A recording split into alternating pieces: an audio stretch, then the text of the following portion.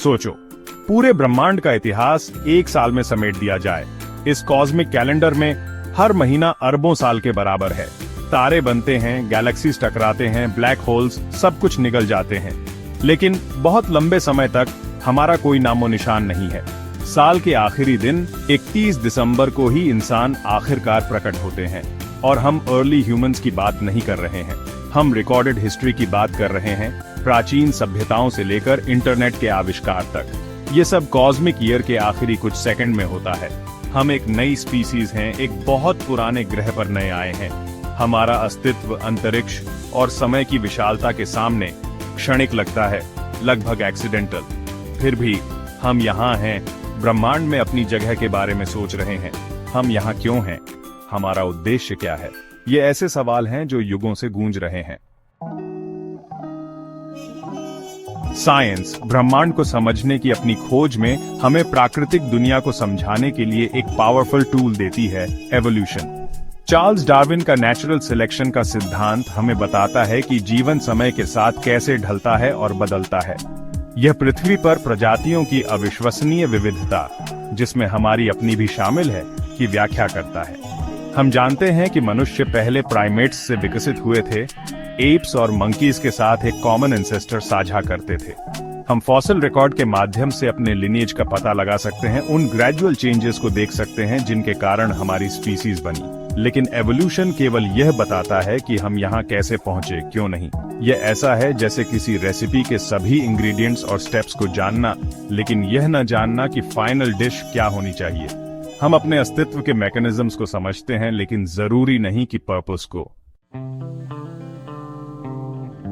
हमारा ग्रह अंतरिक्ष की विशालता में बहता हुआ एक छोटा सा नीला गोला जीवन के लिए विशिष्ट रूप से अनुकूल प्रतीत होता है।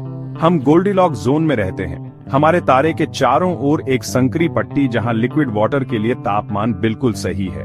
पानी, जीवन का अमृत, पृथ्वी पर प्रचुर मात्रा में है। हमारा एटमॉस्फेयर, गैसेस का एक डेलिकेट बैलेंस हमें हार्मफुल रेडिएशन से बचाता है और हमारे क्लाइमेट को रेगुलेट करता है।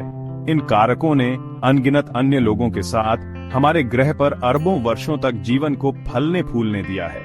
लेकिन क्या पृथ्वी की हैबिटेबिलिटी केवल एक सौभाग्यशाली दुर्घटना है या कुछ और है? कुछ वैज्ञानिकों का मानना है कि जीवन स्वयं एक कॉस्मिक इंपेरेटिव हो सकता है, फिजिक्स के नियमों का एक नेचुरल कॉन्सिक्वेंस। शायद सही परिस्थितियां दी जाएं तो जीवन हमेशा अपना रास्ता खोज लेगा। Section 4, reality check. क्या हम एक सिमुलेशन में जी रहे हैं?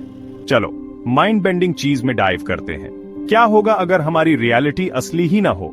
सिमुलेशन हाइपोथेसिस फिलोसोफर्स और साइंस फिक्शन एंथुसियास्ट का एक फेवरेट टॉपिक। बताता है कि हमारा यूनिवर्स एक एडवांस्ड सिविलाइजेशन द्वारा बनाया गया एक सोफिस्टिकेटेड कंप्यूटर प्रोग्राम हो सकता है। इसे एक हाईली एडवांस्ड वीडियो गेम की तरह समझो।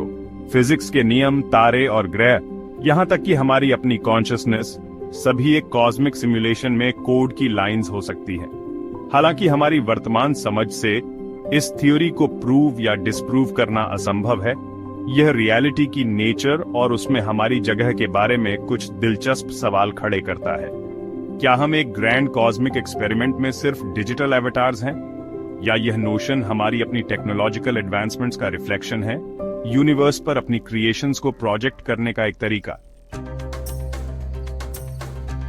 सेक्शन 5, द अल्टीमेट क्वेश्चन, अर्थ की खोज। अंततः यह सवाल कि हम यहाँ क्यों हैं अनुत्तरित हो सकता है। साइंस हमें बता सकती है कि ब्रह्मांड कैसे काम करता है, लेकिन यह हमें यह नहीं बता सकता कि यह क्यों मौजूद है या हमारा उद्देश्य क्या है। शायद जीवन का अर्थ कोई ऐसी चीज नहीं है जिसे खोजा जाए, बल्कि कुछ ऐसा है जिसे हम अपने एक्शंस, अपने रिलेशनशिप्स और दुनिया में अपने कॉन्ट्रीब्यूशंस के माध्यम से बनाते हैं। हम एक जिज्ञासु स्पीसीज हैं, लगातार ज्ञान और समझ की तलाश में हैं। हम अंतरिक्ष की गहराई का पता लगाते हैं, मानव मस्तिष्क के रहस्यों को उजागर करते हैं और उन बड़े सवालों पर विचार करते हैं जिन्होंने हमें कॉन्शियसनेस की शुरुआत से ही परेशान किया है। अर्थ की खोज मानव अनुभव का एक अभिन्न अंग है। जबकि हम शायद कभी नहीं जान पाएंगे कि हम यहाँ क्यों हैं, सवाल पूछने का कार्य ही हमें आगे बढ़ाता है।